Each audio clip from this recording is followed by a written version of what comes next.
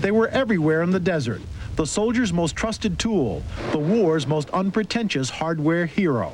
The president visited the troops in one, the Pentagon's hybrid of a car and a truck called a Hummer or Humvee.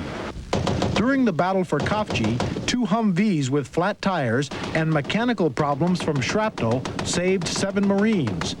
The Marines, trapped and under fire, escaped from the Iraqis at 45 miles per hour in the crippled Humvees. There was sometimes during the battle that I didn't think they were going to make it out, but I was very grateful when I saw them driving in their dilapidated Humvees. The venerable Jeep could never have done that.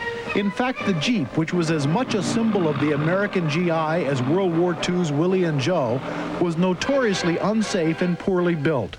The Hummer is made by AM General in South Bend, Indiana, made of aluminum and put together with glue. Yes, glue and 2,700 rivets. Unlike most of what the Pentagon buys, it is cheap, $27,000 for the basic model. Workers and managers say the design is superior, like the magnesium wheels put within the tire to stop flats.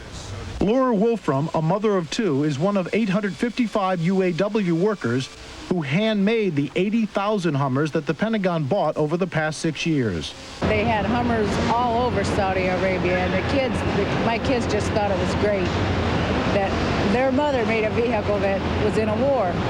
And it was a pride like I've never felt before. The Hummer may turn out to be the most successful product the Pentagon has ever ordered.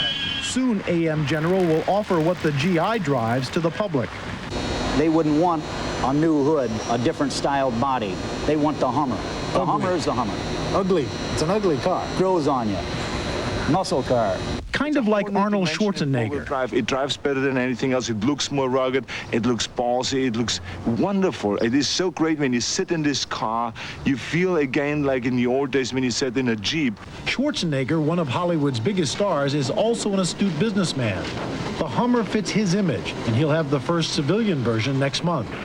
He helped convince AM General that millions of people will buy a real off-road car. You have sent 18,000 to Saudi Arabia. Only 12 broke down. I say, how much more proof do you need that this is the best four-wheel drive in the world, the best recreational vehicle in the world? What do you want to wait for? You want to wait until the Japanese beat you? The company agreed and thinks the public will buy a civilian Hummer, even without chrome and a shiny finish. They're drawn to it.